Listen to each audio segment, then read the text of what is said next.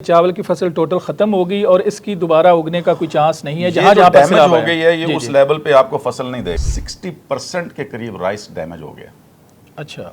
और ये 90% के करीब इसकी इन्फ्लेशन हो गई। फॉर एग्जांपल 300 साढ़े 300 रुपए किलो अगर ये एक चीज़ मिल रही थी, ये अब 600-700 पे जाएगी। इवन हम ये भी नहीं रिकमेंड करते कि इसको आप एनिमल्स को दें या किसी और जगह पे फेंकें। ये चावल जानवरों के भी खाने के काबिल नहीं है। बिल्कुल नहीं होगा। जो रोटी अभी ये मतलब नारे लग रहे होते हैं कि रोटी 25 रुपए की हो गई या 50 की हो गई। अब रोटी मुझे नहीं पता कि 100 रुपए की मिलेगी या 100 रुपए की 2 मिलेंगी। खौफनाक सैलाब के बाद हर तरफ तबाही के मनाजर हैं। ख़ास तौर पर अगर हम देहाती एरियाज़ में देखते हैं और सैलाबी एरियाज़ में देखते हैं जहाँ पर फसलें हैं और फसलें अब हैं नहीं, फसलें थी सारी तबाह हो चुकी हैं। चावल की फसल मुकम्मल तबाह हो चुकी है।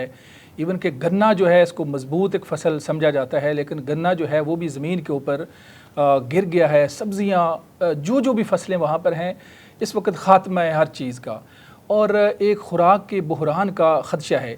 इस पर हम गुफ्तगू करने के लिए आज हमने दावत दी है सैयद इफ्तिखार बुखारी साहब को। अस्सलाम वालेकुम। अस्सलाम वालेकुम जी, थैंक यू। सर बताइएगा कि ये बहरान कोई सर उठाने का ख़दशा है जिस तरह तबाही की सूरत हाल है? औज़ुबिल्लाहि मिनश्शैतानिर्रजीम, बिस्मिल्लाहिर्रहमानिर्रहीम।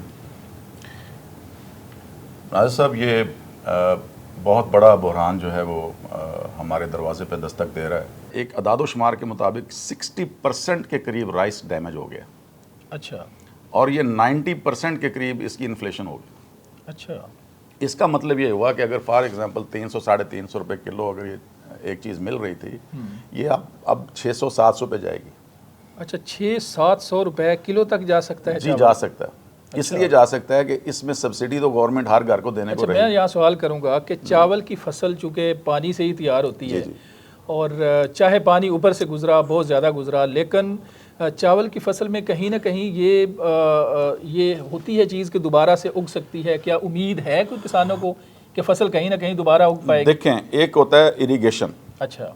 कि हमने उसको इरिगेट किया, टाइम फ्रेम होता है हमारा कि 1 महीने में इतनी हमने इरिगेशन करनी है, ये वाटरिंग, ये हमने इरिगेशन करनी है। ये अनप्लैंड है। और सैलाब अपने साथ सिर्फ पानी नहीं लाता, ये पैथोजेनिसिटी लाता है, ये साथ साथ इसके जरासीम लाता है, फिर इसके साथ अनटूवर्ड्स मटेरियल होता है जो ज़मीन के ऊपर लेप कर देता है। सही है।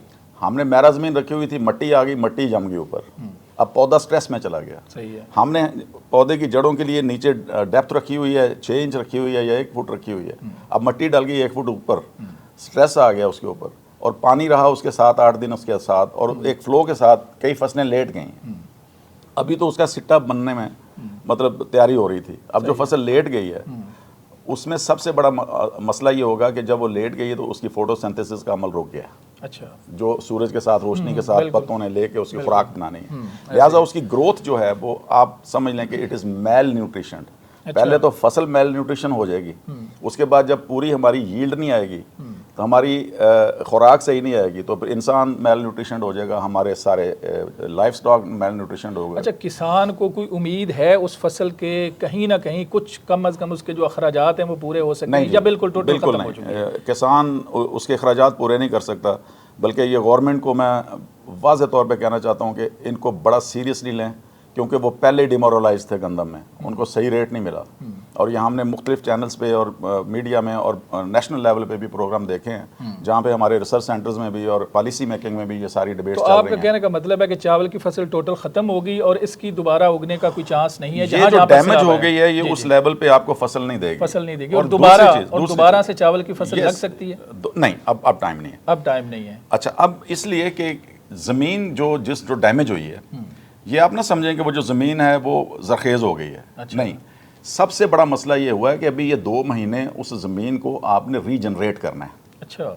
अभी तो पानी सूखेगा, उतरेगा, फिर वो जो मड देखेंगे लेवल क्या है, उसमें क्या क्या चीज़ें आई हैं, कौन कौन सी बीमारियां आई हैं, किस मटेरियल से हमारे ऊपर लेप हो गया ज़मीन का, क्योंकि ज़मीन को हम एक उसको कहते हैं ज़मीन की तैयारी। सही जब हम किसी फसल को लगाते हैं, हर फसल की एक स्पेसिफिक तैयारी होती है कि उसको हमने रोइंग किस तरह करनी है, उसके हमने तो 2 महीने उसको तैयारी में लग सकते हैं, रीजनरेट करें उसको दोबारा, उसके एनालिसिस करवाएं अपनी सॉइल के। तो 2 महीने के बाद फिर चावल का तो टाइम खत्म हो गया, उसके उसमें बाद तो फिर हमारे पास किसान के पास गंदम ही है, उसके अलावा कोई आप और वहाँ कोई पे ऑप्शन फसल- नहीं है। फोडर है तो मकई है, अच्छा। मेज़ है, हम वो लगा लेंगे, फोडर के भी काम आएगा, मेज़ भी कुछ बच जाएगी। सही है। अब सबसे बड़ा जो मसला है वो ये है आलू का। पोटैटो को एक्सपोर्ट भी आप करते हैं, वो उसको हम बाद में बात करेंगे, लेकिन ये बड़ी बड़ी फसलें जो हैं, सब्जियां हैं, जैसे अभी हमारा एक कल्चर है जी। कि हम साग, बाथू, पालक, ये हमारा सीजन आने वाला है, जी जी। तो ये लोगों ने लगाया हुआ था, टोटली फिनिश्ड।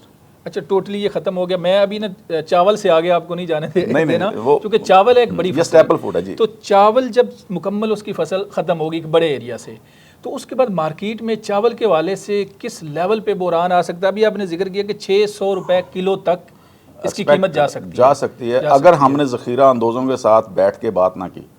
अच्छा, तो ज़ख़ीरा अंदोज़ जो है ये कोई इतने पावरफुल है कि या- बात करेंगे तो फिर ही वो बाहर निकालेंगे। ज़ख़ीरा अंदोज़ी में ये लोग मतलब सिर्फ दुकानदार नहीं हैं। आप समझें कि अगर हमारा जितना भी आड़ती माफिया है, जो कुछ भी है, माफिया कहते हैं लोग इसको, लेकिन जो आड़त का जितना कारोबार है, हाँ।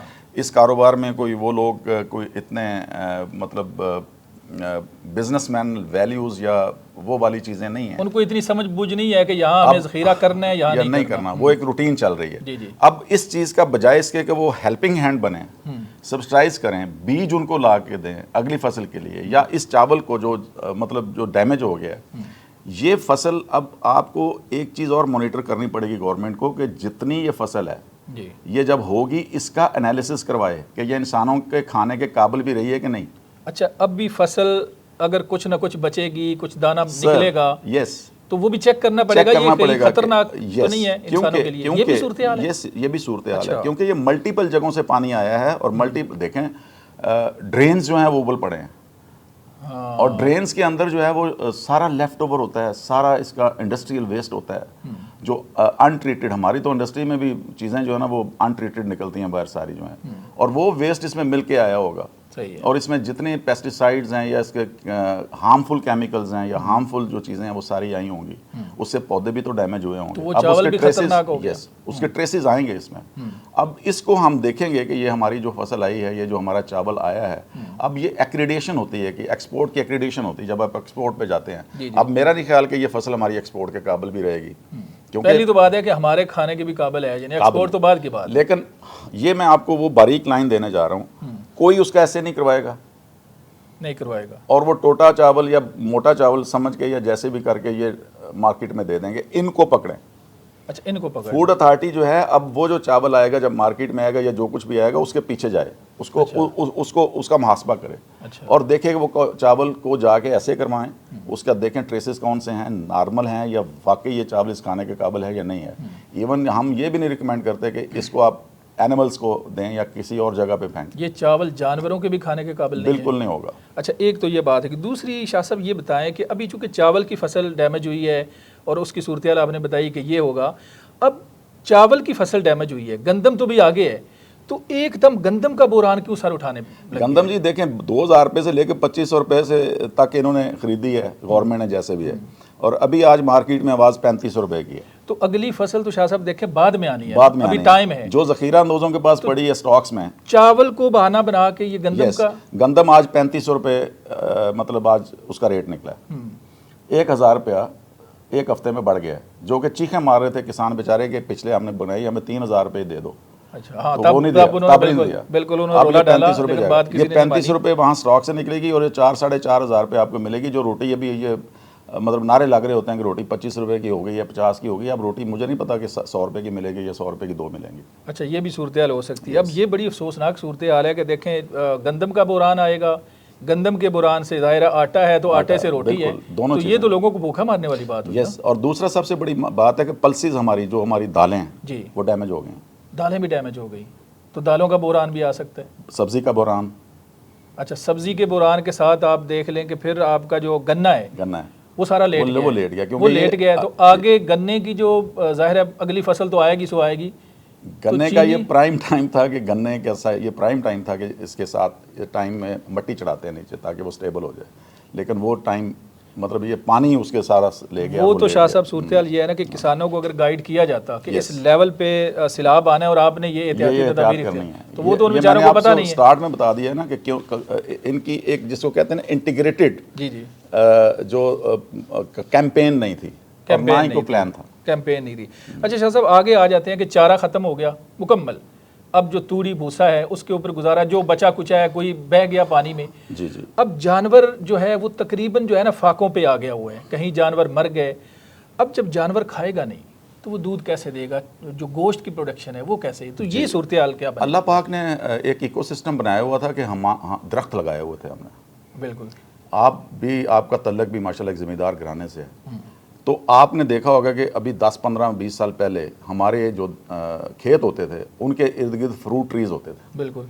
शहतूत था, बिल्कुल, अमरूद थे और शीशम थी, बिल्कुल, और दूसरे दरख्त थे। उससे ये होता था कि जब इस तरह का बहरान आता था या हमारा फूडर कम हो जाता था तो हमारी ये जो गोट्स हैं ये दरख्तों पे चढ़ के इनके पत्ते खा लेती थी। सही है। हमारे पास एक अल्टरनेट रेमेडी हो जाती थी कि ये दरख्तों से हम उतार के पत्ते, क्योंकि जानवर जो है वो भूख से जब तिलमिलाएगा तो कोई ज़बरदस्त चारा उसको दरख्तों की सूरत से मिले तो वो हो जाता है।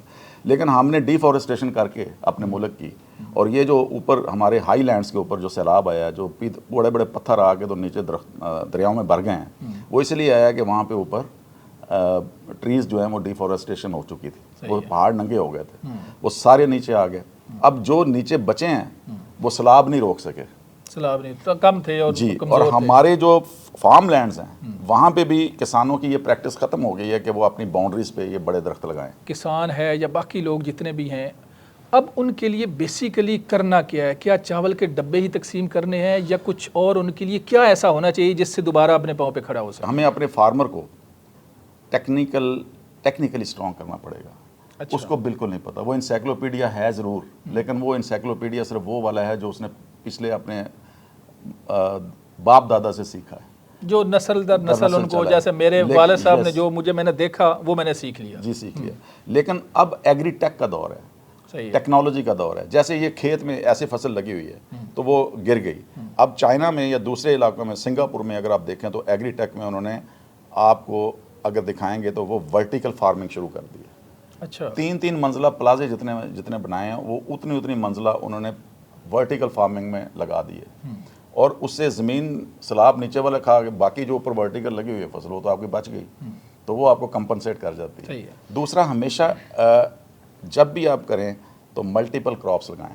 सही है। जो भी आपने बड़ी क्रॉप लगाई उसके साथ छोटी क्रॉप भी लगा लें, ताकि वो आपको मतलब ये है कि कंपनसेट कर जाती है। ये तो शाह साहब देखें, बड़े लेवल पे एक कैंपेन करने की ज़रूरत है। अवेयरनेस किसान को होगी, तरीकाकार का पता होगा, तो फिर ये मेरा ख्याल है कोई 2-4 महीनों की बात नहीं है। नहीं, हाँ। ये एक स्ट्रेटेजिक प्लानिंग चाहिए। ये हम पॉलिसी मेकिंग में, आज हमने हमारी मीटिंग भी थी सुबह पॉलिसी मेकिंग की, तो उसमें हमने इस चीज़ को दिया है कि कारपोरेट इसमें लीड करे, और एकेडेमिया को हमने मुख्तलिफ यूनिवर्सिटीज़ में एग्रीप्रेन्योरशिप प्रोग्राम शुरू किया, और हम ये बिज़नेस एडमिनिस्ट्रेशन के बच्चों को पढ़ा रहे हैं, इकनॉमिक्स के बच्चों को पढ़ा रहे हैं।